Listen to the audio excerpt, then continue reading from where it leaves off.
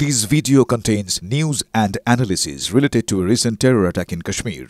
The content may include sensitive visuals and discussions that could be distressing to some viewers. Viewer discretion is advised. We strongly condemn all forms of violence and terrorism. The purpose of the content is solely to inform and create awareness based on verified reports.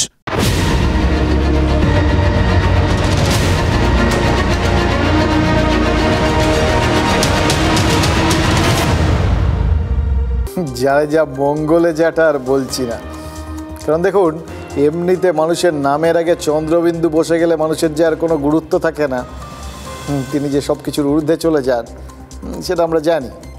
তবু মানুষের স্বার্থেই আজ সবার আগে চন্দ্রবিন্দুকে আনতে হলো। শুনলেন তো, মঙ্গল গ্রহে মানুষ থাকে না, তাই কী হয় তার একটা ফিরিস্তি আছে, মানে কী থাকে না। সেখানেই তো ওই লাইনটা খুব গুরুত্বপূর্ণ। ওখানে প্রবলেম আছে, সলিউশন নেই। যেহেতু মানুষ থাকে না তাই সলিউশনে হবার প্রশ্নই নেই। আমাদের এই সুজলাং সুফলাং শস্য শ্যামলাং বাংলায় কি মানুষও আছে, সলিউশনও আছে, প্রবলেমও আছে, এরকম বলতে পারি? নাকি আমাদের এইটা ধরতে হবে যে আমাদের এই বাংলাটা মাঝে মধ্যে মঙ্গল গ্রহ হয়ে যায়? না হলে সমস্যাগুলোর সমাধান হয় না কেন? অথবা সমাধান পেতে পেতে এত সময় কেন লেগে যায় যে মানুষের নামের আগে কখনো কখনো চন্দ্রবিন্দু বসে যায়? কেন এরকম হয় বলুন তো? দেখুন, মালদার বৈষ্ণবনগরে চক বাহাদুরপুর বলে একটা গ্রাম আছে, জানেন তো? অনেকেই জানেন, যারা জানেন না তাদের একটু জানাই। ওই গ্রামটায় এক পরিবারের 3 জন সদস্যের একসঙ্গে মৃত্যু হয়েছে। তা পরিবারের দাবি কি জানেন? পানীয় জল আর খাবারের বিষক্রিয়ায় এদের মৃত্যু হয়েছে। ভাবুন তো, একই দিনে কিছুক্ষণের ব্যবধানে তিনটে মানুষ মারা গেলেন, পরিবার বিষক্রিয়ার দাবি করছে। ফলে বিষয়টাকে তো উড়িয়ে দেওয়ার কোনো জায়গা নেই, গুরুত্ব দিয়ে দেখার কথা। আমরাও দেখেছি, আমাদের মতো করে দেখার চেষ্টা করেছি, তাই আপনাদের দেখাচ্ছি আর শোনাচ্ছি ঠিক কী হয়েছিল বলে আমরা জানতে পেরেছি। মালদার ওই চক বাহাদুরপুর গ্রামটা গঙ্গার ধারে, জানেন তো? যে গঙ্গা এখন প্রায় 2 কুল ছাপিয়ে বইছে। চক বাহাদুরপুর গ্রামের অনেকটাই এখনও জলে ডুবে আছে। বন্যা পরিস্থিতি কিছুটা নিয়ন্ত্রণে এসছে, কিন্তু জল যথারীতি নামেনি। অভিযোগ কি জানেন? জলে ডুবে থাকা সেই গ্রামের মানুষ কি খাচ্ছেন না খাচ্ছেন, কি পান করছেন না, কিছু কেউ খবর নেওয়ার নেই। ফলে গ্রামের মানুষ বাধ্য হয়েই নাকি ওই বন্যার নোংরা জলে ডুবে থাকা টিউবওয়েলের জল খেয়েছেন, আর একবেলা রান্না করে 4 বেলা চালিয়েছেন। এবার রেখে দেওয়া সে খাবার নাকি ওই জল, এর মধ্যে কোনো একটাতে হয়তো বিষক্রিয়া হয়ে গেছে, মানে সেটাই ওই পরিবারের দাবি। এবার দাবি যদি সত্যি হয় তাহলে তো আরও কয়েকটা প্রশ্ন অবধারিতভাবে সামনে এসে পড়ে। বন্যা হলে যে এলাকায় পরিষ্কার পানীয় জলের দরকার সেটা সরবরাহ করা যে স্থানীয় প্রশাসনের দায়িত্ব, শুকনো খাবার দাবার এগুলো বিলি করাটা যে প্রশাসনিক দায়িত্ব, এটা তো আমরা সবাই জানি। কিন্তু যাদের দায়িত্ব তারা জানেন কি? দেখুন, বন্যাটাকে যদি সমস্যা বলে মনে করেন তাহলে এই ত্রাণের ব্যবস্থাটা আপৎকালীন সমাধান বলে ধরতে হবে। বন্যাটা প্রবলেম হলে প্রবলেমের সলিউশন হলো ওই জল বা খাবারের বন্দোবস্ত, মানুষকে নিরাপত্তা দেওয়া। এবার এই সলিউশনটা ওই বৈষ্ণবনগরের গ্রামের মানুষজন পেলেন না কেন? তারা তো মঙ্গল গ্রহের নয়, এই পশ্চিমবঙ্গের বাসিন্দা বলেই তো আমরা যদ্দূর জানি। চারপাশে জল আর জল, মাঝখানে দ্বীপের মতো জেগে আছে কয়েকটা রাস্তা, বাড়িঘর, দালান আর উঠোন। এমনই একটা বাড়ির 3 জন বাসিন্দা আচমকা মরে গেলেন, যেন মানুষ নয়, ছারপোকা। মৃত্যু এসে চাপ দিল আর প্রাণ নিয়ে চলে গেল। সকালের দিকে বলছে যে জল খাবো, জল আনলে আজকে সকালে না কালকে কালে যে জল খেলে আগে খেলে মানে বউটা, দিয়ে তারপরে খেলে আমার বেটি, তারপরে খেয়েছে মা, তারপরে এইরকম মানে হসপিটাল নিয়ে এলাম। একজন আগে ফোন করছে যে তোমার বেটি খুব খারাপ, ফের বাড়ি থেকে ফোন আসছে তোমার মা খুব খারাপ। এই করে মানে মালদা নিয়ে চলে এসেছি। 3 জনই মারা গেছে? হ্যাঁ 3 জনই। স্বপন মণ্ডল বলে চলেছেন কিভাবে ছাতি ফেটে যাচ্ছিল তেষ্টায়, কিভাবে প্রথমে তার স্ত্রী, তারপর তার মেয়ে, তারপর তার মা টিউবওয়েল থেকে আনা জল খেয়েছিলেন, কিভাবে তারপর একে একে 3 জনেই নেতিয়ে পড়েন। পুলিশ বলছে বৃহস্পতিবার রাতে অসুস্থ হয়ে পড়েন পুষ্প মণ্ডল, তাঁর বৌমা বুলটি মণ্ডল এবং বুলটি মণ্ডলের 10 বছরের মেয়ে পিউ। 3 জনকে নিয়ে যাওয়া হয় বৈষ্ণবনগরের বেদরাবাদ গ্রামীণ হাসপাতালে। সেখানে মৃত্যু হয় বালিকার। পুষ্পমণ্ডল এবং তার বৌমাকে মালদা মেডিকেল কলেজে রেফার করা হলেও লাভ হয়নি, সেখানেই তারা মারা যান। সিমটমগুলো তাতে ফুড পয়জনিংয়ের এখনো অব্দি লক্ষণ কিছু আমরা পাইনি। এই রুগীটাও যখন বেদরাবাদে এসেছিল তারা বুকে ব্যথা, শ্বাসকষ্ট কমপ্লেন নিয়ে এসেছে। মেডিকেল টিম আজকে ফিল্ডে গেছে, কারণ হচ্ছে বাকি সমস্ত বাড়িতে খোঁজ নেওয়া হবে। কারো কোনো রকম পয়জনিং বা এই ধরনের ফুড পয়জনিং হতে পারে, জল খেয়ে কিছু হচ্ছে কিনা সেটা হতে পারে, তো সেটা আজকে বাড়ি বাড়ি ভিজিট হচ্ছে। স্বপন মণ্ডল এক রাতে মা, স্ত্রী আর মেয়েকে হারিয়েছেন। তাঁর শোকে পাথর হয়ে যাওয়ার কথা। স্বাস্থ্য আধিকারিক মৃত্যুর কারণ অনুসন্ধানের কথা বলছেন। জেলা স্বাস্থ্য কর্তাদের দুশ্চিন্তায় পড়ার কথা, কারণ জলে যদি বিষক্রিয়া নাও হয়, মালদার মাটির নিচের জলে আর্সেনিকের কথা তো তাদের মনে আছে নিশ্চয়ই। 9-এর দশকে মানিকচকের শেখপুরায় আর্সেনিকে মৃত্যু হয় প্রায় 20 জনের, কিন্তু কালিয়াচক, মোথাবাড়ি, বৈষ্ণবনগর, ইংরেজ বাজারের মতো এলাকায় আর্সেনিকের বিপদ পুরোপুরি কাটেনি আজও। একথা প্রশাসনের অজানা নয়, অজানা নয় রাজনৈতিক নেতাদেরও। নলকূপের জল খেয়ে মারা গেল, বেঁচে থাকলো আর্সেনিক কিনা ব্লিচিং কিনা তার কোনো ব্যবস্থা নাই। সেই জন্য 15 বছরের যে ব্যবস্থা ছিল ভেঙে যাওয়ার, সেটাকে আরও যেন গলা টিপে মাটিতে ঢুকিয়ে রাখা যায়, কোনো রকম যেন মানুষের কোনো উপকার না হয়, সেই জন্য ওখানকার বিধায়ক সেটা ব্যবস্থা রেখেছে। মালদার বিজেপি নেতারা ঘরে বসে আমাদের বিরুদ্ধে গালাগালি করা, এছাড়া ওদের কোনো কাজ নেই। কোথাও দেখতে পাবেন না তারা কোথাও আন্দোলন করে। পোস্টমর্টম রিপোর্ট আসুক, কি সত্যি কি মিথ্যা সব বেরিয়ে যাবে।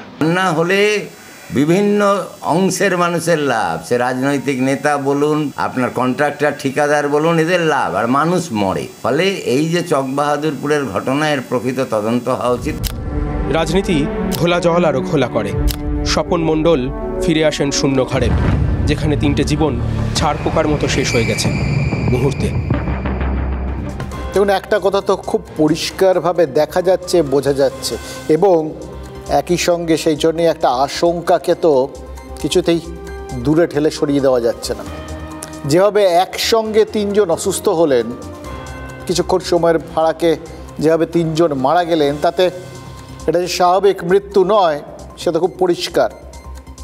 হয় যে অভিযোগ উঠেছে সেটাই সত্যি, ওই বন্যার কারণে খাবার বা পানীয় জল কোনোভাবে বিষিয়ে গেছিল, অনেক কিছু হতে পারে। হয়তো ওই নলকূপের মধ্যে কোনো বিষধর কিছু ঢুকে বসেছিল, সবই সম্ভব।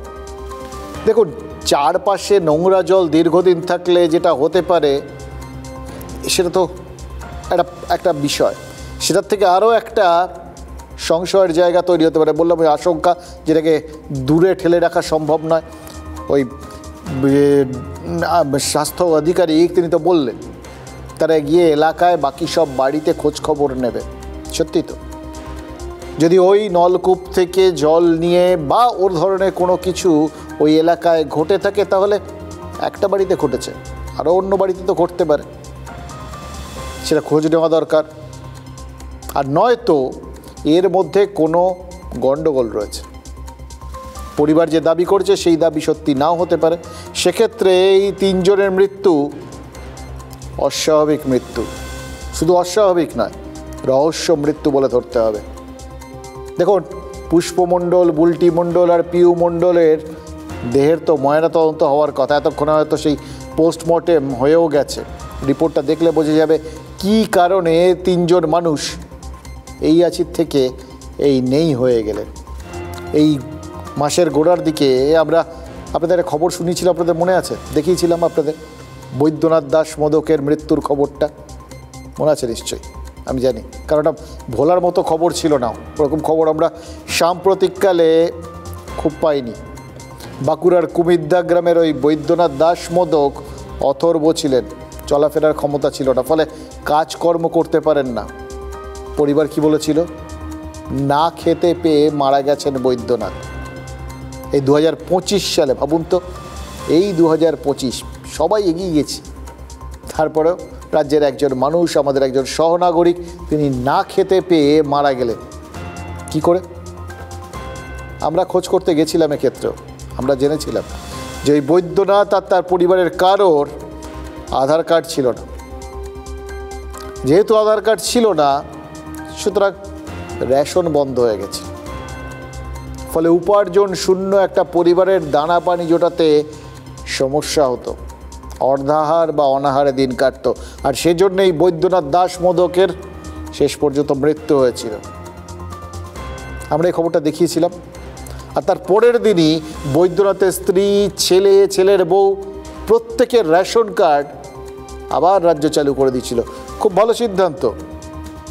শুধু অবাক লাগার একটাই জায়গা ছিল, জানেন তো, বা আক্ষেপ বলতে পারেন। আধার কার্ড তখনও ওদের হয়নি, তা সত্ত্বেও রেশন কার্ড চালু হয়ে গেছিল। সুতরাং সরকার চাইলে যে বিশেষ বিশেষ বিশেষ ক্ষেত্রে রেশন দিতে পারে, বিশেষ বিশেষ ব্যবস্থা করতে পারে, সে কথা তো আমরা বুঝতে পেরে গেছিলাম। স্থানীয় রেশন ডিলার বা পঞ্চায়েত সদস্যরাও সে কথাই বলেছিলেন। আর আমরা বুঝেছিলাম যে কথাগুলো না বললেই না, সেই কথাগুলো যদি আমরা বলেই ফেলি, কোনো কিছুর পরোয়া না করেই যদি বলি, তাহলে কিন্তু সরকারেরই সুবিধা হয়। সরকার জানতে পারে যে মানুষের প্রবলেম কোথায়, সরকার বুঝতে পারে এটা মঙ্গল গ্রহ নয়, বা বোঝাতে পারে এটা বাংলা, ধরাধাম পৃথিবী। তার মানে কি সলিউশন আছে, কোথার প্রবলেমের সলিউশন করা দরকার, এটা সরকারকে জানানো দরকার, বোঝানো দরকার। হতে পারে ধরে নিতে হবে আপনাদের জল ঠল জমে, তো তাই জন্য সব জায়গায় সরকারের চোখ কান পৌঁছতে পারে না। আছি আমরা, পৌঁছবো। সেই আশা ভরসা থেকেই তো আমরা মালদার চকবাহাদুরপুরের এই মণ্ডল পরিবারের খবরটা দেখালাম। হ্যাঁ, খবরটা দেখালাম একটু দেরি করে, কারণ ততক্ষণে বছর 65 এক বৃদ্ধা, বছর 40 এক মহিলা আর 10 বছর বয়সী একটা বাচ্চা মেয়ে মারা গেছে। কিন্তু ওই জলবন্দি গ্রামে এখনও তো যারা বেঁচে পড়তে আছেন, তারা কি খাচ্ছেন, কোন জল পান করছেন, সেটা যাতে সরকার একবার খোঁজ খবর করে দেখেন, খুব ভালো হয়, জানেন তো। যদি অন্য কোনো কারণে এদের মৃত্যু হয়ে থাকে, তাহলে সেটার হয়তো প্রতিকারের কথা সরকার ভাববেন, বিচার করার কথা ভাববেন, সেগুলো তো খুঁজে দেখার কাজ। কিন্তু যদি এই যে অভিযোগ করা হচ্ছে সেইগুলো হয়, তাহলে আমি আবার বললাম, বাকি যে মানুষজন আছেন না ওই গ্রামে, তাদের জন্য তো দুশ্চিন্তা হওয়ার কথা। সরকার তাদের নিশ্চিতভাবেই হয়তো এবার একটু খতিয়ে দেখতে পারেন। ঠিক আছে, দেরিতে হলেও খবরটা তো পৌঁছেছে, 3 জনকে বাঁচানো যায়নি যদি বাকিদের ঠিকঠাক রাখা যায়। ঠিক যেভাবে ওই বৈদ্যনাথ দাস মোদক নিজের জীবন দিয়ে পরিবারের রেশন কার্ড পাইয়ে দিয়েছিলেন, ঠিক সেই একইভাবে এই 3 জন মানুষ নিজের জীবন দিয়ে যদি গ্রাম শুদ্ধ লোককে সরকারি পরিষেবা পাইয়ে দিতে পারেন, তাহলে আর যাই হোক, সরকারের মুখই তো উজ্জ্বল হবে। এবার ভাবুন, সরকার মানে কি? আমরা কি বোকারা ভাবি? আমরা মানে আপনি, আমি, সবাই কিন্তু ওইভাবে সিঙ্গেল আউট করবেন না, সবাই আছে ওর মধ্যে। আমরা ভাবি যেহেতু আমাদের ভোটে সরকার গঠিত হয়, আমরা ভোট দিই, আমরা সরকার গঠন করি, সুতরাং আমরাই সরকার, ঘোড়ার ডিম। আমরা ভাবি সরকার বোধহয় আমাদের কথাই ভাবে। ভাবুন, ওই যেরকম পদ ভাবে আমি দেব, রথ ভাবে আমি, মূর্তি ভাবে আমি দেব, হাসের অন্তর্যামী, ঠিক সেরকমভাবে আমরা যত ভাবি আমরাই সরকার, অন্তর্যামী অলক্ষ্যে তত হাসেন। এবার এই অন্তর্যামী ঠিক কে, আমরাও ঠিক জানি না, তবে আন্দাজ করতে পারি, মানে কিছু কিছু লক্ষণ দেখে অন্তর্যামীকে চেনার চেষ্টা করতে পারি। প্রথম লক্ষণ, হাইকোর্টের ওবিসি সংরক্ষণ সংক্রান্ত রায়ে সুপ্রিম কোর্টের স্থগিতাদেশ, এবং সেই স্থগিতাদেশের পর রাজ্যের তৃণমূল নেতাদের মুখের চওড়া হাসি।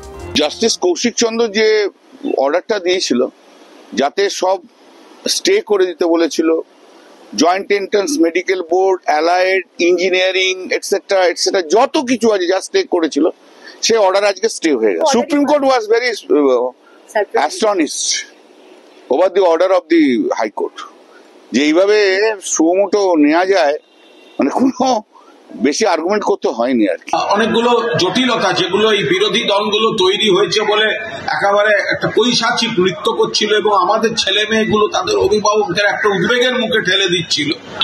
মুখ্যমন্ত্রী দুশ্চিন্তা, সবাই একটা উদ্বিগ্ন ছিলাম। আশা করা যায় জটটা খোলার দিকে যাবে। সবই বুঝলাম, জাস্ট একটা প্রশ্ন রয়ে গেল।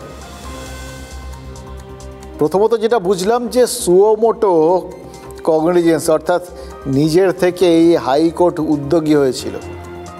আর দ্বিতীয়ত কল্যাণবাবু নামজাদা আইনজীবী, তিনি তার মতো করে গোটা বিষয়টা ব্যাখ্যা করলেন। আমরা যদ্দূর শুনেছিলাম বিচারপতি কৌশিক চন্দ্র তিনি কিন্তু তার রায়ে কোনো ফল প্রকাশের ওপর স্থগিতাদেশ দেননি, তিনি কিভাবে ভর্তি হবে তার একটা গাইডলাইন দিয়েছিলেন। তো যাই হোক, এটা বিচারক, বিচার ব্যবস্থার, আইনজীবীর মধ্যের ব্যাপার, তারা তাদের মতো করে ব্যাখ্যা করবেন, আপনি আমি শুনব। দেখুন, কল্যাণ বন্দ্যোপাধ্যায় গায়ে উকিলের যে একটা কোট আছে সেটা পড়ে তো বাইটটা দিয়েছেন, মুখে তার হাসি। এটা কি আইনজীবী হিসেবে কেস জয়ের হাসি, নাকি কল্যাণ বন্দ্যোপাধ্যায়ের কালো কোটের নিচে যে তৃণমূল কংগ্রেসের জার্সিটা আছে, হাসিটা সেই জার্সির মান ধরে রাখতে পারার জন্য? মাঝে মধ্যেই তো সেটা নিয়ে সমস্যায় পড়তে হয়। দেখুন, 2010 সালের আগে পর্যন্ত এ রাজ্যে মোট 66টা জনগোষ্ঠীকে ওবিসি বলে ধরা হতো। 2010 সালে তৎকালীন বাম সরকারের আমলে আরও 42টা এবং 2012 সালে তৃণমূল সরকারের আমলে 35টা জনগোষ্ঠীকে নতুন করে ওবিসি বলে চিহ্নিত করা হয়। আর তা নিয়ে বিতর্কের জেরে গত বছর 2010 সালের পরের সমস্ত ওবিসি সার্টিফিকেট বাতিল করে দিয়েছিল কলকাতা হাইকোর্ট। বলা হয়েছিল 2010 সালের আগে পর্যন্ত যে 66টা জনগোষ্ঠী অন্যান্য অনগ্রসর শ্রেণীর অংশ ছিল, কেবলমাত্র তাদেরই কাস্ট সার্টিফিকেট গ্রাহ্য হবে ওই চাকরির নিয়োগ বা কলেজে ভর্তির ক্ষেত্রে। বিজেপি কি অভিযোগ করেছিল? এর ফলে সংখ্যালঘু সম্প্রদায়ের একটা বড় অংশকে ওবিসি আখ্যা দিয়ে চাকরি বা ভর্তির সুযোগ করে দেওয়ার চেষ্টা ব্যর্থ হলো। বিরোধী দল নেতা তো তখন বলেছিলেন যে ওবিসি সার্টিফিকেট বন্টন ঘিরে তৃণমূল যে ভোট ব্যাংকের রাজনীতি করছিল, হাইকোর্টের রায় সেটা বানচাল হয়ে গেল। এবার দেখুন, তৃণমূল সত্যিই ওবিসি সার্টিফিকেট বন্টনে কোনো অনিয়ম করেছিল কিনা, করলে ভোটের স্বার্থেই করেছিল কিনা, এটা তো রাজনৈতিক তর্ক বিতর্ক আর আইনি অনুসন্ধান আর কচকচির বিষয়। আপনি আমরা এগুলোর শেষটুকুনি দেখি, জানেন তো। ওই মাঝখানের বিষয়গুলো থাকে, কিছু ক্ষেত্রে বিচারকের পর্যবেক্ষণ, কিছু ক্ষেত্রে আইনজীবীদের বাইরে বেরোনো বক্তব্য, এগুলো শুনিয়ে আপনাদের শোনাই। কিন্তু আলটিমেটলি আপনার বা আমার জন্য ওই শেষে যে ফলাফলটা হয়, অর্থাৎ যে রায়টা বেরোয়, সেটাই সব কিছু। ফলে আমরা শুধু জানি যে হাইকোর্টের রায়ের পর রাজনীতি আপন খেয়াল এগোচ্ছিল, আর এটাও জানি রেজাল্টটা না বেরোনোয় ভর্তির ব্যবস্থা কমপ্লিটলি থমকে থাকায় একটা বিরাট অংশের ছেলে মেয়ে তারা অনিশ্চয়তার মধ্যে দিন কাটাচ্ছিল। এবার কারা ভর্তি করছিল না, কেন করছিল না, কেন নিজেদের সিদ্ধান্তটা আপাতত হাইকোর্টে আটকে গেছে বলে সুপ্রিম কোর্টে গেছিল, মানে মাঝে মধ্যেই তো শুনি এরা মামলা করেছেন, ওরা মামলা করেছেন, এই জন্যে পুরো বিষয়টা আটকে আছে। এই বিষয়গুলো একটু মাঝে মধ্যে পরিষ্কার করে বললে আমাদের বুঝতে সুবিধা হয়। দেখুন, এটাও আমরা জানি অবশ্য যে রাজনীতি যারা করেন তারা তাদের জীবনটা আমাদের জন্য উৎসর্গ করে দেন, নিজেদের জন্য কিচ্ছু করেনই না, যা করেন সব আমাদের জন্য। যদি সরকার বা রাজনৈতিক দল যা করে তাতে সব থেকে বেশি মানুষের উপকার হয়, তাহলে তো এটা পৃথিবীই আছে, মঙ্গল গ্রহ তো নেই। প্রবলেম আছে, সলিউশন হয়ে গেছে, এটাও ধরতে হবে। প্রবলেম আছে, সলিউশন নেই বলা যাবে না। মুশকিলটা অন্য জায়গায়, জানেন তো। এই রাজনৈতিক দল আর রাজনৈতিক নেতারা যা করেন তাতে সব থেকে বেশি সমস্যা মানুষেরই হয়, সমাধান কম, সমস্যায় সমস্যা বাড়ে। আর এক্ষেত্রে এক্ষেত্রে এই যে যাবতীয় যা যা বললাম ভর্তি সংক্রান্ত বিষয়টা যে যাকে পারেন দেখে তো দিলেন, রাজনৈতিক চাপার উত্তর আপনারাও শুনলাম। কে পৈশাচিক আনন্দ করেছিলেন, কে দুশ্চিন্তায় ভেঙে পড়েছিলেন। মাঝখান থেকে সব থেকে বেশি সমস্যায় পড়েছিল ওই যাদের কথা বললাম, সাধারণ মানুষ, আপনার আমার ঘরের ছেলে মেয়েগুলো। জয়েন্টের রেজাল্ট বেরোচ্ছিল না, কলেজে কলেজে ভর্তি আটকে ছিল। এবার এক্ষেত্রে রাজ্য সরকার বা শাসক তৃণমূল বলছিল মামলাবাজ বিরোধীদের চক্রান্তে রাজ্যের শিক্ষা আর ছাত্র সমাজের ওপর আঘাত নেমে এসছে।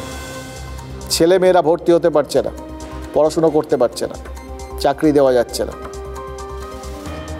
সেই বক্তব্যের কন্টিনিউটি রেখেই, মানে ধারাবাহিকতা বজায় রেখেই আজ কল্যাণ বন্দ্যোপাধ্যায়ের কুণাল ঘোষ এই বক্তব্যটা রাখলে যে এবার আর কোনো সমস্যা হবে না, সব সমাধান হয়ে গেছে, সলিউশন। দেখো জয়েন্টের রেজাল্ট থেকে কলেজে ভর্তি সব কিছু তার মানে এবার গড়গড় করে হয়ে গেছে। সুপ্রিম কোর্টের অবজারভেশন সামনে আসতে না আসতেই জয়েন্টের রেজাল্ট বেরিয়ে গেছে, কাউন্সিলিংয়ের দিন ঘোষণা হয়ে গেছে। প্রশ্ন তো দুটো, এক, রাজ্যের ছেলেমেয়েরা যারা ইঞ্জিনিয়ারিং পড়তে চান তাদের মধ্যে কতজন এই জয়েন্ট এন্ট্রান্সের রেজাল্টের জন্য এই এখন পর্যন্ত হাঁ করে বসেছিলেন? তাদের মধ্যে কতজন অপেক্ষা করতে করতে হতাশ হয়ে রাজ্যের কোনো বেসরকারি ইঞ্জিনিয়ারিং কলেজ বা ভিন রাজ্যের কোনো কলেজে ভর্তি হয়ে যাননি? এগুলো তো জানা দরকার। কারণ রাজ্য জয়েন্ট এন্ট্রান্সের ফল যদি প্রকাশ করে দিত তাহলে এতদিনে তারাও কাজ অন্যান্য জায়গায় যেরকম ক্লাসটা শুরু হয়ে গেছে সেগুলো করতে পারতেন। এবং এখানকার জয়েন্টের ফলটা আটকে থাকলেও সর্বভারতীয় জয়েন্টের ফল তো বেরিয়ে গেছে। যে ছেলেমেয়েরা ইঞ্জিনিয়ারিং পড়তে চান তারা যে এতদিন ধরে দুশ্চিন্তায় ভুগলেন তার জন্য দায়ী কে? অসংখ্য বাবা মাকে যে নিজেদের পকেট ফাঁকা করে বেসরকারি কলেজে ভর্তির ব্যবস্থা করতে হলো, ছেলে মেয়ের মেধাগত কোনো সমস্যা না থাকা সত্ত্বেও তার দায়ী কে? অন্য রাজ্যে কোর্স শুরু হয়ে যাচ্ছে আর একদল ছেলে মেয়ে জানেনি না পরীক্ষায় পাশ করেছেন কিনা। এই হতাশার থেকেই তো মুক্তি পেতে অনেকে মোটা টাকা খরচ করেছেন, বেসরকারি কলেজে ভর্তি হয়েছেন। এই একই ঘটনা ঘটেছে উচ্চ মাধ্যমিক উত্তীর্ণদের ক্ষেত্রেও। উচ্চ মাধ্যমিকের রেজাল্ট বেরিয়েছে 7ই মে, 3 মাস রাজ্যের কলেজগুলোতে ভর্তি প্রক্রিয়া আটকে ছিল। পরিসংখ্যান কি বলছে জানেন? যেখানে সরকারি কলেজে ভর্তি আটকে ছিল সেখানে বেসরকারি শিক্ষা প্রতিষ্ঠানে ইতিমধ্যেই 50% বেশি আসন ভরে গেছে। পাশ করে ঘরে বসে থাকার চেয়ে বেশি টাকা খরচ করে বেসরকারি কলেজে ভর্তি হওয়াটাই অনেকে শ্রেয় বলে মনে করেছেন। এবার এদের মধ্যে কতজন ওই বেসরকারি কলেজে অতগুলো টাকা খরচ করে ভর্তি হওয়ার পর সেই কলেজ ছেড়ে সেই টাকাগুলোকে বানের জলে ভাসিয়ে দিয়ে ফের এসে সরকারি কলেজে ভর্তি হবেন? তাহলে যদি সরকারি কলেজে অসংখ্য শূন্য সিট পড়ে থাকে তার দায়টাই বা কে নেবে? এগুলো মানে বিশেষ কারোর কাছে না, পুরো রাজনৈতিক সমাজের কাছেই আমাদের প্রশ্ন। আর এই প্রশ্নটা শুধু এই কারণেই বড্ড জানতে ইচ্ছে করে জানেন তো, এই ছাত্রছাত্রীদের সবার এই দুশ্চিন্তা মুক্তির জন্য কে কতটা সচেষ্ট হয়েছিলেন আর কে কতটা নিজের ইগো পূরণের জন্য সচেষ্ট হয়েছিলেন। ধরে তো আমরা অনেকটাই মানে পেছিয়ে গেলাম, তাও আশা রাখছি যে আবার কোনো একটা ভালো ইয়েতে চান্স পেয়ে যাবো না ইঞ্জিনিয়ারিং কলেজে।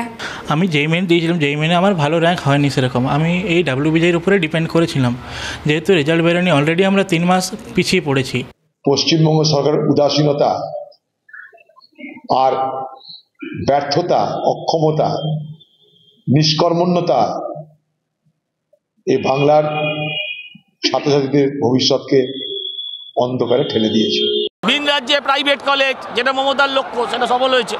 পরিকল্পিতভাবে পশ্চিমবঙ্গের সরকারি শিক্ষা ব্যবস্থাকে রুগ্ন করা হচ্ছে, পঙ্গু করা হচ্ছে, কারণ নেতা নেত্রীদের তৈরি করা শিক্ষা প্রতিষ্ঠান এ বাংলায় ব্যাঙের ছাতার মতন গজাচ্ছে। ওই বাচ্চা দুটো ছেলেমেয়ের কথা থেকে কি বুঝলেন? এটুকু তো নিশ্চয়ই বুঝলেন যে ওবিসি নিয়ে মামলা মোকদ্দমায় যা ক্ষতি হওয়ার সেটা রাজ্যের সাধারণ মানুষেরই হয়েছে, লাভ যেটুকুনি হওয়ার সেটা ওই রাজনীতির হয়েছে। এবার রাজনৈতিক লাভের আশাতেই তো যে কোনো দল রাজনীতি করে, এটাও তো পরিষ্কার ব্যাপার, এটা বলার কি আছে। এই যে ভোটের কলকাতায় তিনটে মেট্রো রুটে জোয়ার এসে গেল, প্রধানমন্ত্রী উদ্বোধন করতে এলেন, সেটাকে তো বিধানসভা ভোটের বাজারে বিক্রি করতে হুড়মুড়িয়ে নেমে পড়েছে বিজেপি। এটা বোঝাতে নেমেছে যে বিজেপি মানেই উন্নয়ন, এটা বিজেপি নেতাদের দাবি। এবার এতদিন উন্নয়ন বলতে রাজ্যের মানুষ যা বুঝতো, বিজেপি বলছে ওটা ঝুটা উন্নয়ন। বিজেপি নেতারা যে এই উন্নয়নের প্রশ্নেই একটা বিভ্রান্তি তৈরি করতে চাইবে, তৃণমূলের উন্নয়ন বরং তাদের উন্নয়নের একটা তুলনামূলক আলোচনায় মানুষকে জড়িয়ে ফেলতে চাইবে, এটা কিন্তু আমরা গতকালই আন্দাজ করেছিলাম। পশ্চিমবঙ্গে সফরে আসার আগেই সফরের শ্যুটটাই তো বেঁধে দিয়েছিলেন প্রধানমন্ত্রী। মানে ওই গোটা সিনেমার রিলিজের আগে যেরকম সিনেমার ট্রেলার দেখে বোঝা যায় যে কি আছে না আছে, কি হতে চলেছে। অবশ্য ইদানিংকালে ট্রেলারটাই মোটামুটি পুরো সিনেমার পর্যায়ে চলে গেছে, যেটা আপনারা দেখলেন কিছুদিন আগে বিবেক অগ্নিহোত্রীর সিনেমার ট্রেলার বেঙ্গল ফাইলস। ভয়ঙ্কর ব্যাপার আর কি। এরপর আর আলাদা করে সিনেমা দেখার দরকার পড়ে না, অন্য নতুন সিনেমা হয়ে যায়। তো যাই হোক, গতকাল প্রধানমন্ত্রীর সোশ্যাল মিডিয়া পোস্ট থেকে তো বোঝা যাচ্ছিল, এটা তো পরিষ্কার যে তিনি বাংলার মানুষকে বলবেন বিজেপি মানেই জীবনযাত্রার উন্নয়ন, যোগাযোগ ব্যবস্থার উন্নয়ন। মানে আমাদের সাধারণ মস্তিষ্ক সেটা বুঝে গেছিল। এবার যেটা আমাদের সাধারণ মানুষের এরকম মস্তিষ্কে ধরা পড়ে যায়, সেটা রাজনৈতিক নেতাদের উন্নত ধ্যান ধারণায় ধরা পড়বে না, তা হয় নাকি? অতএব কেউ যে কাউকে খালি মাঠে, ফাঁকা মাঠে গোল করতে দেবে না, সেটাও আমরা জানতাম। দেখুন তাই হয়েছে। আজ সকাল থেকে এই তৃণমূল নেতারা বলতে শুরু করে দিয়েছিলেন যে ওই মেট্রো প্রকল্পগুলোর সৌজন্যে, যেগুলোর জন্য ওই সরকার বা বিজেপি, কেন্দ্রের সরকার বা বিজেপি এরা নাম কিনতে চাইছে, মানে যেগুলো ওই মেট্রো প্রকল্পগুলো আর কি, সেই মেট্রো প্রকল্পগুলোর কৃতিত্ব যদি কাউকে দিতেই হয়, তাহলে সেটা একমাত্র মমতা বন্দ্যোপাধ্যায়কে দিতে হবে। কারণ মমতা বন্দ্যোপাধ্যায় রেলমন্ত্রী থাকাকালীনই এই প্রকল্পগুলোর পরিকল্পনা হয়েছিল। তৃণমূল এটা সরাসরি বলছিল। মুখ্যমন্ত্রী নিজে সোশ্যাল মিডিয়ায় লিখেছেন যে তিনি স্মৃতিমেদুর হয়ে পড়েছেন, মনে পড়ছে কীভাবে এই মেট্রো প্রকল্পগুলোর জন্য তিনি রেলমন্ত্রী থাকাকালীন কাজ করেছিলেন, সেই সমস্ত কথা, সেই নস্টালজিয়া। এবার এই কৃতিত্ব নিয়ে কামড়াকামড়ি তো একটাই কারণে, কারণ সব রাজনৈতিক দলই বুঝেছে হাওড়ার সাথে সেক্টর 5 মেট্রোয় জুড়ে যাওয়া বা বিমানবন্দরে মেট্রো ঢুকে পড়ায় সাধারণ মানুষ অত্যন্ত লাভবান হবে। এবার যেখানে জনস্বার্থ, সেখানে তো সেই স্বার্থ পূরণের ক্ষীরটা সব রাজনৈতিক দলই খেতে চাইবে, এটাই তো স্বাভাবিক, এটাই তো নিয়ম। এবার এই ক্ষীর খাওয়ার চক্করে এটাও তো সবাই ভুলিয়ে দেওয়ার চেষ্টা করবেন যে মাঝখানে ক্ষীরটা খেতে একটু হাত ঠাত ঘুরিয়ে মুখে আনা হয়নি তো। আপনারা কিন্তু অন্য অ্যাঙ্গেলে অন্য কিছু লাইন টাইন ঘুরে যাওয়ার কথা ভাবছেন, আমরা অতটা ভাবছি না। কিন্তু দেখুন, কিছু কিছু স্বাভাবিকভাবে তো জিনিস চলে আসে। এই যে এই ছেলে মেয়েগুলো আজকে জয়েন্টের রেজাল্ট বেরিয়ে গেল, এখন ভর্তি হবে সুপ্রিম কোর্টে। এখন গিয়ে সরকার বলল, তারা ওই কল্যাণবাবুর হাসি দেখলেন না, কি অনাবিল হাসিতে বললেন, তারা এই ছেলে মেয়েগুলোর দুশ্চিন্তা মুক্তির ব্যবস্থা করলেন। এবার দুশ্চিন্তাটা কে ফেলেছিল সেটা নিয়ে কেউ বললেন না। এই দুশ্চিন্তা মুখ তৈরি করে দুশ্চিন্তা মুক্তি ঘটাতে যে মাঝখানে কতটা সময় চলে গেল, কতটা টেনশন এই ছেলে মেয়েগুলোকে ভুগতে হলো, সেটা কি সুন্দর এড়িয়ে গেলেন। সেগুলোর দায় যদি কিছুটা থাকেও সেটা বিরোধীদের বলে দিলেন, বা ওই বিচার ব্যবস্থার সেটাও বলে দিলেন হাইকোর্টের। আমরা শুধু অন্য জিনিস ভাবছিলাম। ঠিক একইভাবে এই যে ঘুরে যাওয়ার কথা বলছিলাম না, এই মেট্রোর, ইস্ট ওয়েস্ট মেট্রোর যাত্রা পথ কিছু জায়গার থেকে ঘুরে যাওয়া, মানচিত্রে বদল হওয়া, এতে কতটা দেরি হলো, কত মানুষের দুশ্চিন্তা হলো ওই দুর্গা পিতুরি লেনের, বা কতটা খরচ বেড়ে গেল এই গোটা প্রকল্পটার, এই সমস্ত অপ্রিয় প্রশ্ন এই সময় তুলতে নেই।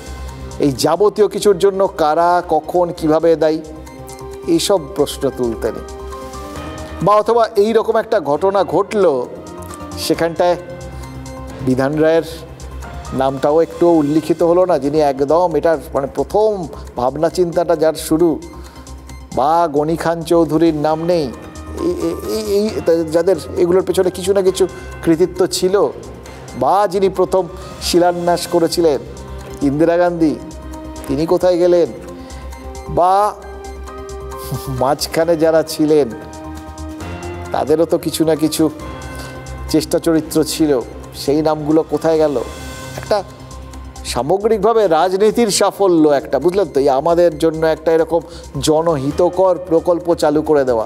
সুতরাং একটা সামগ্রিক একটা ছবি উঠে এলে এবং যোগ বিয়োগটা যদি পাশাপাশি রেখে করা হতো তাহলে এটা তুল্যমূল্য বিচার হয়, বুঝলেন তো।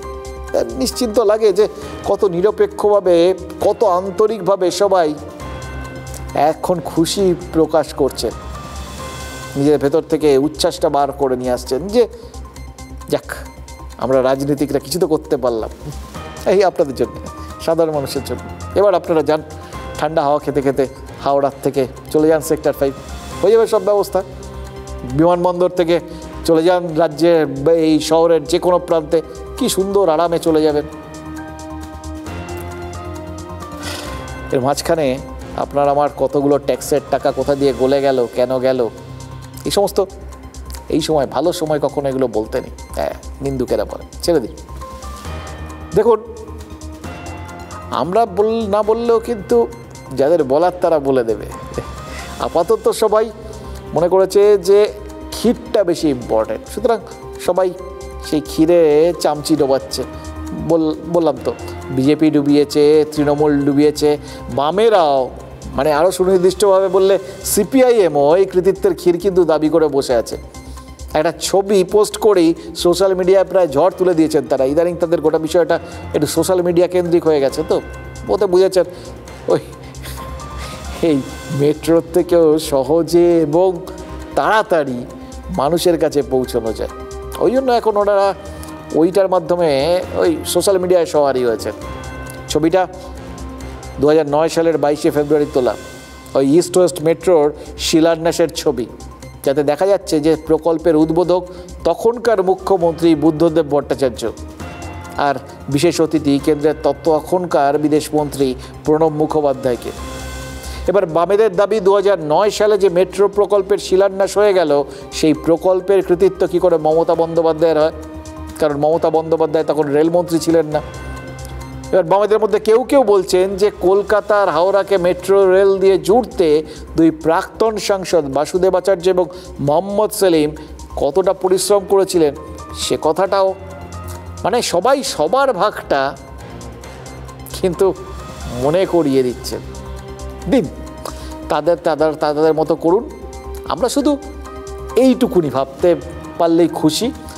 বিভিন্ন রাজনৈতিক দলের, মানে রাজনীতিকদের সমবেত প্রচেষ্টায় আমাদের কিছু কট্টরের টাকা একটু বাড়তি খরচ হলেও আলটিমেটলি আমাদের জনস্বার্থে কিছু একটা জিনিস হয়েছে যেটা আপনার আমার ভালো করবে। आज जब भारत दुनिया की तीसरी सबसे बड़ी इकोनॉमी बनने की तरफ आगे बढ़ रहा है, तब दमदम, कोलकाता, इन शहरों की भूमिका बहुत बड़ी है। ये आयोजन इस बात का प्रमाण है कि आज का भारत अपने शहरों का कैसे कायाकल्प कर रहा है। প্রধানমন্ত্রী সবুজ পতাকা দেখালেন, শহরের গতি আরও বাড়ল। 1984 সালে বাম জমানায় কলকাতায় গড়িয়েছিল মেট্রো রেলের চাকা। 1984 থেকে কাট্টু 2025। বাম জমানাকে বাম পাশে রেখে রাজ্য এখন জোড়া ফুলের দখলে। কলকাতার এই গতির কৃতিত্ব কি তাহলে জোড়া ফুলের?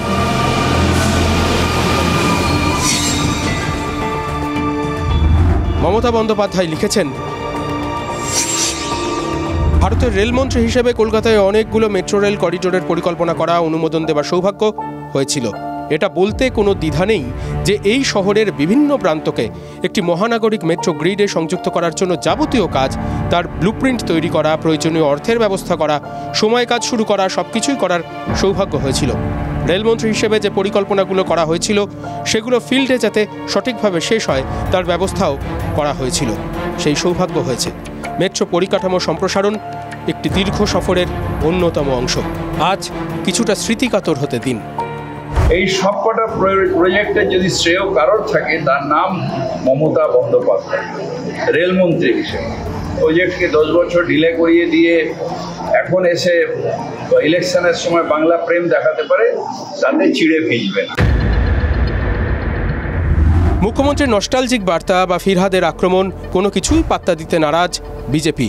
যদি সত্যি উন্নয়নের কথা ভাবতেন তাহলে এই চিংড়িঘাটাতে যে মাত্র 300 মিটার যদি মাননীয় মুখ্যমন্ত্রী মেট্রো রেলকে সহযোগিতা করতেন তাহলে আজকে এয়ারপোর্টের সাথে সরাসরি দক্ষিণ কলকাতার গড়িয়ার যোগাযোগ হয়ে যেত। কৃতিত্বের দাবি ও ভোট রাজনীতি নিয়ে যখন দুই ফুলের টক্কর তুঙ্গে, তখন সোশ্যাল মিডিয়াকে হাতিয়ার করেই কৃতিত্বের কাড়াকাড়িতে বামেরাও। পশ্চিমবঙ্গ সিপিআইএমের সোশ্যাল মিডিয়া অ্যাকাউন্টে শিলান্যাসের ছবি আর লেখা,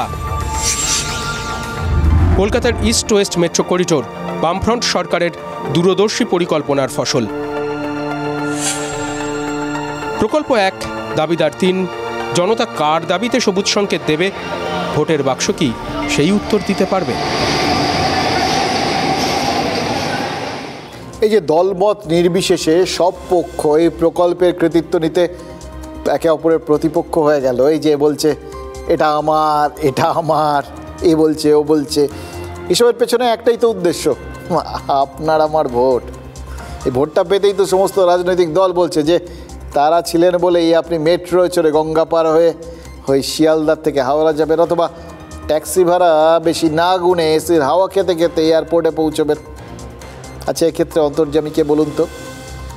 এক্ষেত্রে আপনি, যিনি এই মুহূর্তে টেলিভিশনের ওপারে বসে আছেন, নেতাদের কৃতিত্ব নিয়ে কাড়াকাড়ির কথা শুনতে শুনতে যারা হয়তো ওই ছোটোবেলায় টিফিন নিয়ে কাড়াকাড়ির কথা ভাবছেন। কারণ আজ সিরিয়াসলি আমাদের তো নস্টালজিক হওয়ার দিন।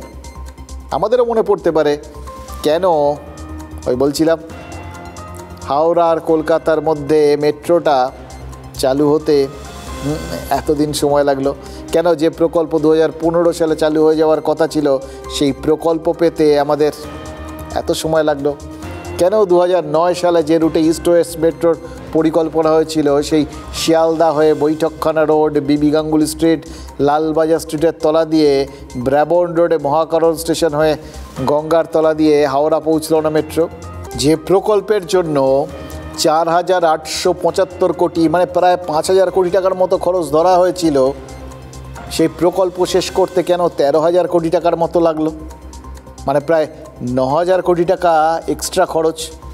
সরকারের খরচ মানে তো সেটা তো আপনার আমার মানুষেরই খরচা, আমাদের গাঁট কেটেই তো সরকার চলে। তার মানে আমাদের গাঁটের কড়ি বাড়তি খসিয়ে আমাদেরই ভোগান্তিতে রেখে রাজনৈতিক স্বার্থ রক্ষা করে আমাদের মেট্রো রেল উপহার দেওয়া আর তার কৃতিত্ব নিয়ে কাড়াকাড়ি করা, এটা বাড়াবাড়ি হচ্ছে না? আচ্ছা, ছেলে ভোলানো কি একেই বলে? কলকাতার মানুষের খুব প্রয়োজন ছিল, এতে রাজ্যের মানুষই উপকার হবে। তৃণমূল কংগ্রেসের তরফ থেকে বলা হচ্ছে সম্পূর্ণ কৃতিত্ব মমতা বন্দ্যোপাধ্যায়ের এই মেট্রো প্রকল্পের জন্য। ওই জন্য 19 সাল থেকে বরাদ্দ করতে হয়েছে। উনি 9 থেকে 12 কি করছিলেন?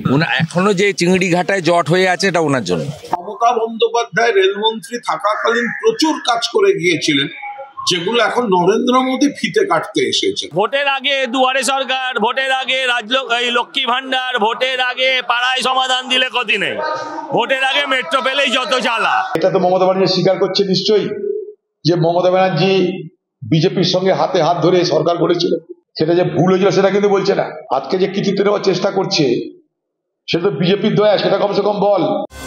East is East and West is West লাইনগুলো রুডিয়ার্ড কিপলিংয়ের, সাহিত্যের নোবেলজয়ী একজন ইংরেজ লেখক, যার বেশিরভাগ সাহিত্য উপাদানই এই উপমহাদেশ থেকে সংগ্রহ করা।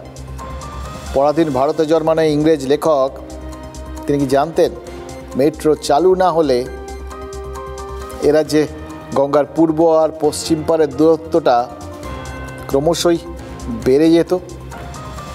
একসময় শুধু ধর্মতলা বিবাদীবাগ চত্বরেই ছিল কলকাতার অফিস পাড়া, আর গত 2 দশকে আরেক অফিস পাড়ার ঝাঁ চকচকে নতুন সংস্করণ তৈরি হচ্ছে ওই সল্টলেক সেক্টর 5 নিউ টাউনে। আধুনিকতার বিচারে যার চরিত্রও আলাদা, আর এই কলকাতার মধ্যে অনেকটা আরেকটা কলকাতার মতো বিষয়। কিন্তু রাজ্য সরকারের মূল প্রশাসনিক অফিস গঙ্গার পশ্চিম পারে উঠে গেলেও হাওড়া তো কলকাতা বা সল্ট লেক সেক্টর 5 বা রাজারহাট নিউ টাউনের মতো কলকে পায়নি। ট্রেন ধরতে হাওড়ায় ছুটে গেছে বাঙালি, কিন্তু তার বাইরে হাওড়ার যত মানুষ কলকাতা এসছেন রুজি রুটির টানে, তত মানুষ কি কলকাতা থেকে হাওড়া গেছেন? ইস্ট ওয়েস্ট মেট্রো সম্পূর্ণভাবে চালু হয়ে যাওয়ার পর এবার হাওড়া বাঙালি অফিস যাত্রীর ঠিকানা হবে কিনা সে তো সময় বলবে। ওখানে শিল্প অফিস এগুলো ঝাঁকে ঝাঁকে তৈরি হবে কিনা সেটাও তো সময় বলবে।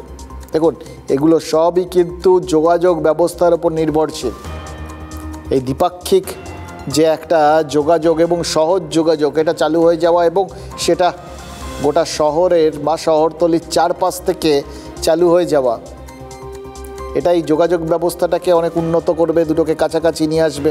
ফলে উন্নয়নটা, যে উন্নয়নটা এপাশে রয়েছে সেই উন্নয়নটার ছাপ ওপাশেও হবে, এটা কিন্তু ভেবে নেওয়া যেতে পারে, এটা আশা করতে পারে। আমি আপনি আশায় বাঁচে চাষা, সাধারণ মানুষ তো সেই জিনিসই আর কি। দেখুন, একটা জিনিস আপাতত বোঝা যাচ্ছে, এই মেট্রো কানেকশানেও কেন্দ্র এবং রাজ্যের কমিউনিকেশান সেটা কখনো সহজ সরল বা স্বাভাবিক হবে না, হয়নি। তো প্রধানমন্ত্রী আজ বললেন যে তার সরকারই বাংলাকে ধ্রুপদী ভাষার মর্যাদা দিয়েছে এবং দ্বিতীয়ত কেন্দ্র সংসদে গায়ের জোরে বিল পাস করাতে চায় বলে যে আগাম প্রশ্ন তুলেছিলেন কুণাল ঘোষ, প্রধানমন্ত্রী তো কার্যত সেই প্রশ্নের উত্তর দিয়েছেন। দুর্নীতি বিরোধী বিলের প্রসঙ্গ তুলে নরেন্দ্র মোদী বলেছেন যে 50 ঘন্টা জেলে থাকলে যখন একজন সরকারি কর্মীর চাকরি চলে যায়, তখন মন্ত্রীদের চাকরি কেন থাকবে? কেন শিক্ষক নিয়োগ মামলায় গ্রেফতারির পরেও পদ ছাড়তে চাইবেন না একজন নেতা? কেন রেশন দুর্নীতিতে গ্রেফতার হওয়ার পরেও মন্ত্রিত্ব আঁকড়ে থাকতে চাইবেন কেউ? দেখুন, নরেন্দ্র মোদী কারোর নাম করেননি, কিন্তু এটা বুঝতে তো কারোর অসুবিধা হয়নি। কার কথা মাথায় রেখে বা কাদের কথা মাথায় রেখে তিনি এই উদাহরণগুলো দিলেন? পার্থ চট্টোপাধ্যায় আর জ্যোতিপ্রিয় মল্লিককে যে উদ্দেশ্য করেই বলা, সে তো কে না জানে। দেখুন, তৃণমূল যে ভোটার লিস্ট পরিমার্জনের বিরোধিতা করছে, প্রধানমন্ত্রী সেই ভোটার লিস্ট পরিমার্জনের পক্ষে সওয়াল করতে গিয়ে তৃণমূলকে অনুপ্রবেশকারীদের প্রশ্রয়দাতা বলে আক্রমণ করলেন। এবার এইটা দেখে এটা তো একপক্ষীয় বিষয় হলো, এটা একটা উল্টো দিকও কিন্তু আছে। এইটাই হচ্ছে আসল। এই যে আক্রমণগুলো করছে না, আরও গত 4 মাসের মধ্যে এরা যে 3টে সভা করলেন প্রধানমন্ত্রী, এবার আরও আগামী দিনে আরও আসবেন, আরও বেশি সুর চড়াবেন। সুর চড়াতে হবে কেন? কারণ এই বিশেষ নিবিড়, অতি নিবিড় সমীক্ষা, বিশেষ সমীক্ষা এই ভোটার তালিকায় যেটা বিহারে সদ্য শেষ হলো এবং তা নিয়ে প্রচুর বিতর্ক এবং যেটা নিয়ে রাজ্যের তৃণমূল এবং ইন্ডিয়া জোট তারা ঝাঁপিয়ে পড়েছে প্রতিবাদ করতে, সেটা নিয়ে কি একটুও দুশ্চিন্তা নেই বিজেপির? দেখুন, ধরে নিচ্ছি জনস্বার্থে সব কিছু করা হচ্ছে, প্রধানমন্ত্রী যেরকম বললেন, যা যা ন্যায্য সেটাই হবে, অবৈধদের বাদ দেওয়া হবে, এটা নিয়ে কারোর কোনো সমস্যা নেই। কিন্তু যে প্রশ্নটা বিরোধীরা তুলছে, মানুষ খানিকটা হলেও সেটাতে বিশ্বাস করে যেতে পারে, এটা এই দুশ্চিন্তা কি বিজেপির মধ্যে একদম নেই? এই যে বিরোধীরা বলছে যে এই ভোটার তালিকা সংশোধনীর মাধ্যমে প্রচুর ভোটারের নাম বাদ দেওয়া হবে, যেরকম 65 লাখ বাদ গেছে, সেই রকম নামগুলো বাদ দেওয়া হবে এবং সেই বাদ দেওয়া হবে বিজেপির স্বার্থে। এটাই তো বিরোধীদের অভিযোগ এবং তারা এক্ষেত্রে কমিশন এবং বিজেপিকে মোটামুটি একই সঙ্গে একই ঘরে বসিয়ে দিয়েছেন। বিরোধীরা বিরোধীদের মতো কাজ করেছেন, তাহলে বিজেপি এটা নিয়ে চাপে পড়বে কেন, দুশ্চিন্তা করবে কেন? কারণ আছে, কারণ ওই ফর্ম ফিল আপ, কারণ ওই নথিপত্র জমা দেওয়া। এবার দেখুন, আপনি আমি যারা মোটামুটি আমরা একটু পাকা বাড়ি ঠাইটিতে থাকি আর কি, শক্তপোক্ত বাড়ি, আমাদের এই নথিপত্রগুলো রাখার জায়গাটাও শক্তপোক্ত, ভালো আলমারির লকার ঠকার সবাই ঢুকিয়ে রাখেন, প্রত্যেকে রেখেছেন। কিন্তু যাদের মাথার উপর ছাদটা ঠিক মতো নেই, যাদের বাড়িগুলোই নড়বড়ে, তাদের তো এই নথিপত্র রাখার জায়গাটাও নড়বড়ে। আমাদের একজন পরিচিত বরিশাল সাংবাদিক বলছিলেন যে আমাদের সময় বার্থ সার্টিফিকেট কোথায় নেই, আমাদের সময় ওই যে মাধ্যমিকে 10+ সেকেন্ডারি তখন যে তার যে অ্যাডমিট কার্ড তাতে যে বার্থ ডেট লেখা ছিল সেটাই জন্মের তারিখ, ঠিক আছে, কিন্তু সেটা কোথায় আছে সেটাই তো মনে পড়ছে না এখন আর। এই সমস্যা কি বাড়ি বাড়িতে দুশ্চিন্তা তৈরি করছে না? এবার যত দুশ্চিন্তা তৈরি হবে ততই লোকের মনে ওই ভালো উদ্দেশ্যটার সম্পর্কে সমর্থনের বদলে নিজেদের অস্বস্তির জন্য একটা তিক্ততা তৈরি হবে না? তার কোনো ফল বা প্রভাব ভোট দেওয়ার সময় পড়বে না তো? এই দুশ্চিন্তার থেকেই এইভাবে প্রধানমন্ত্রীর আক্রমণ করাটা, এই আক্রমণের ঝাঁজ আরও বাড়বে আগামী দিনে। স্যার হোক চাই না হোক, এই স্যার হচ্ছে এবং এই স্যারের উদ্দেশ্য, এই নিয়ে দুই যুযুধান রাজনৈতিক দলের যে প্রচার, কোন প্রচারটা মানুষের মনে কে বিশ্বাসযোগ্যভাবে ঢুকিয়ে দিতে পারবেন তার উপর কিন্তু নির্ভর করবে এই স্যার কতটা প্রভাব ফেলবে এই আগামী ভোটে।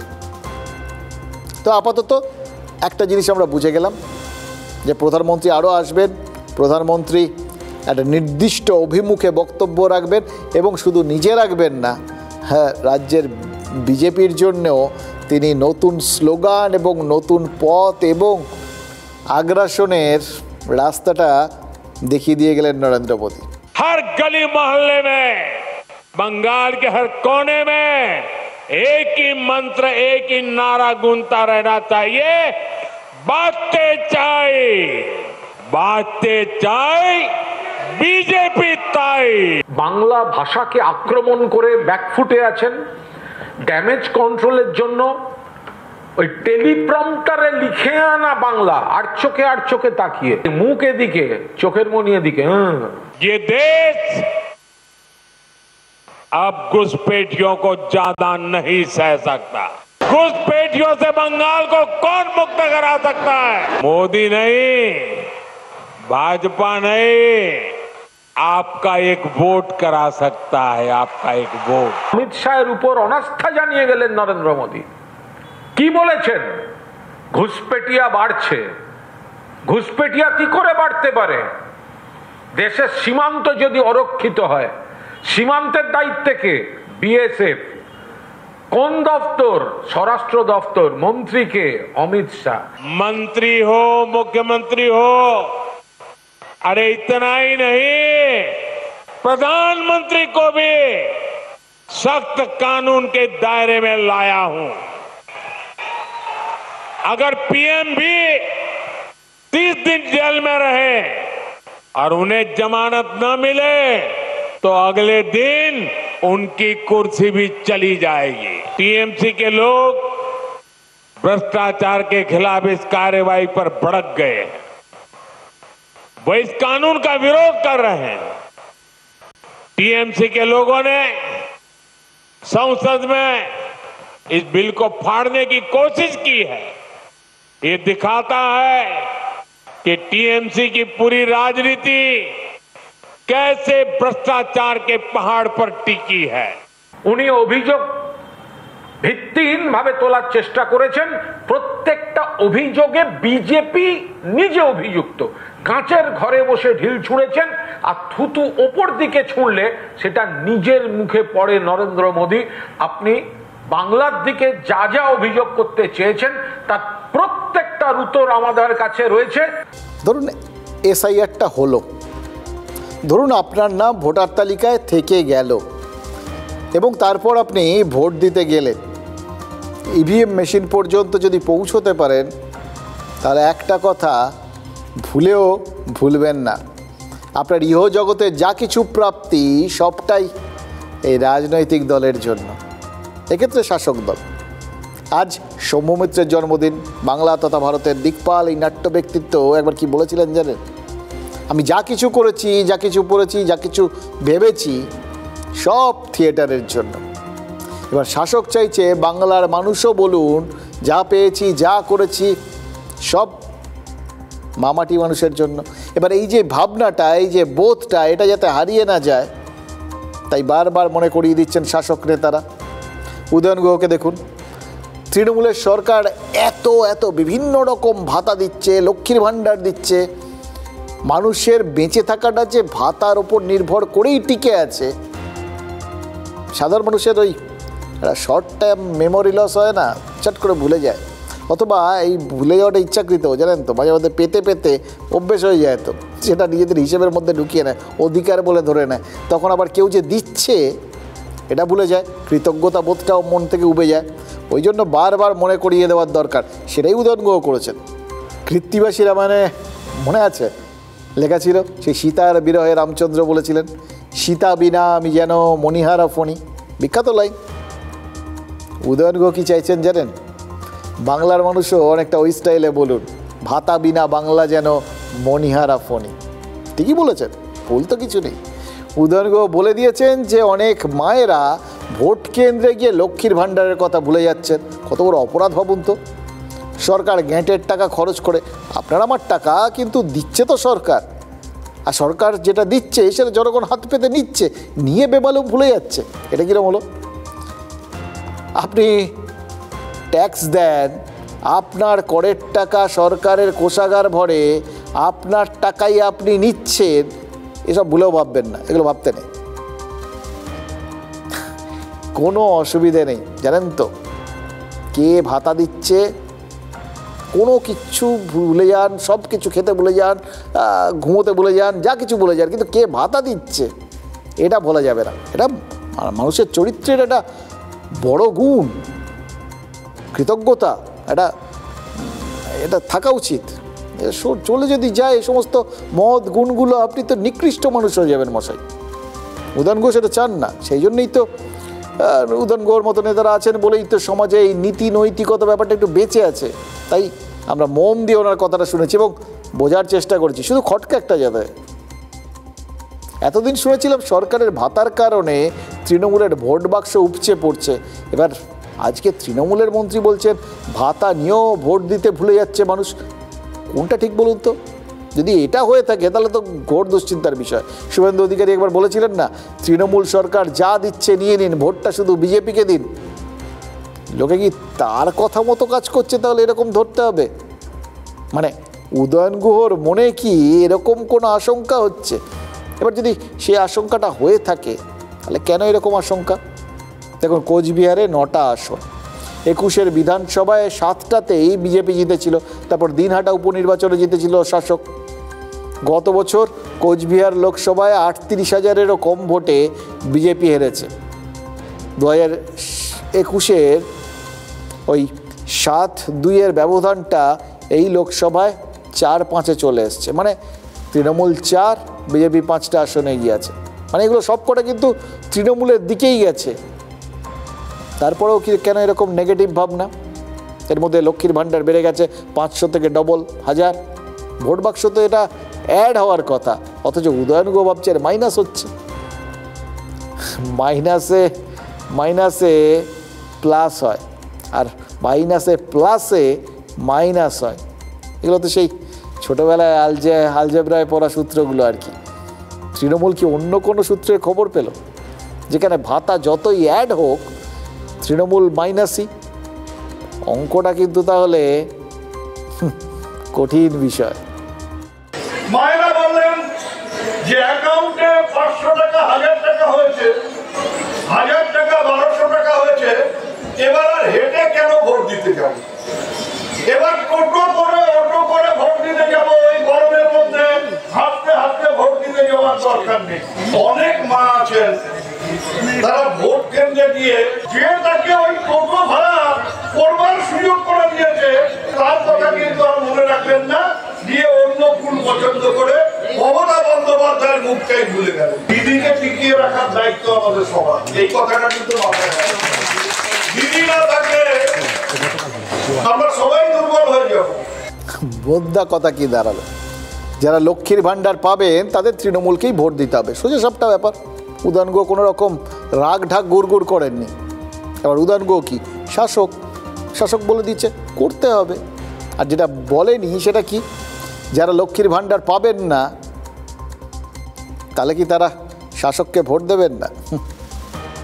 হিসেবটা কি সেটাই দাঁড়াচ্ছে? যদি সেটা হয় তাহলে উদয়ন গুহর অঙ্কের এই সূত্রটা কিন্তু মেদিনীপুরে বুমেরাং হতে পারে, কারণ এখানে যোগ্য হওয়া সত্ত্বেও কোনো সরকারি সুযোগ সুবিধা পান না 25টি আদিবাসী পরিবার।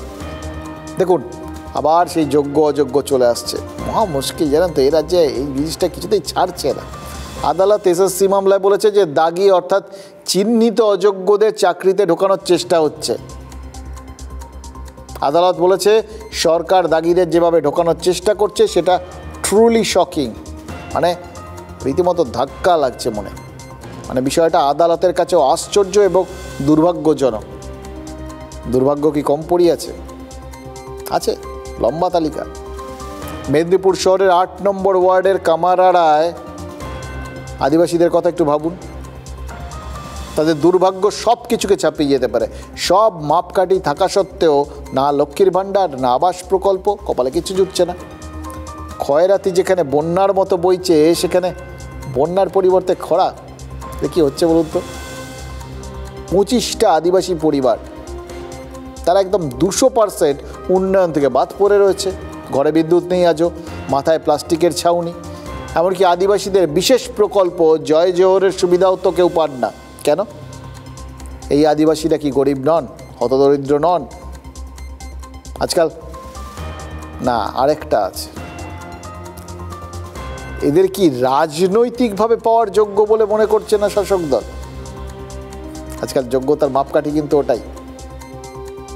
ওই শুনলেন উদয়ন গুহর বক্তব্যটা যদি মাপকাঠি হয় তাহলে ধরতে হবে যে তারা তৃণমূল হলে তবেই সুবিধা পাবে। অঘোষিত স্লোগান, এক্ষেত্রেও তেমনটা হতে পারে। দেখুন আবাস প্রকল্পে তো দেখেছিলাম যে শুধু তৃণমূল হওয়ার কারণে সচ্ছল লোকজন ঘর পেয়েছে, আর যার ঘর পাওয়ার কথা তার দেওয়াল চাপা পড়ে মারা গেছে। মেদিনীপুরেও নাকি তেমনটা হয়েছে জানেন তো। কার অভিযোগ এটা? খোদ পুরসভার। পুরসভা আঙুল তুলছে কার দিকে? কাউন্সিলরের দিকে। আর কাউন্সিলর দায় ঠেলছে কার দিকে? পুরসভার দিকে। মজার ব্যাপারটা কি জানেন? কাউন্সিলর এবং পুর বোর্ড সবই তৃণমূলের।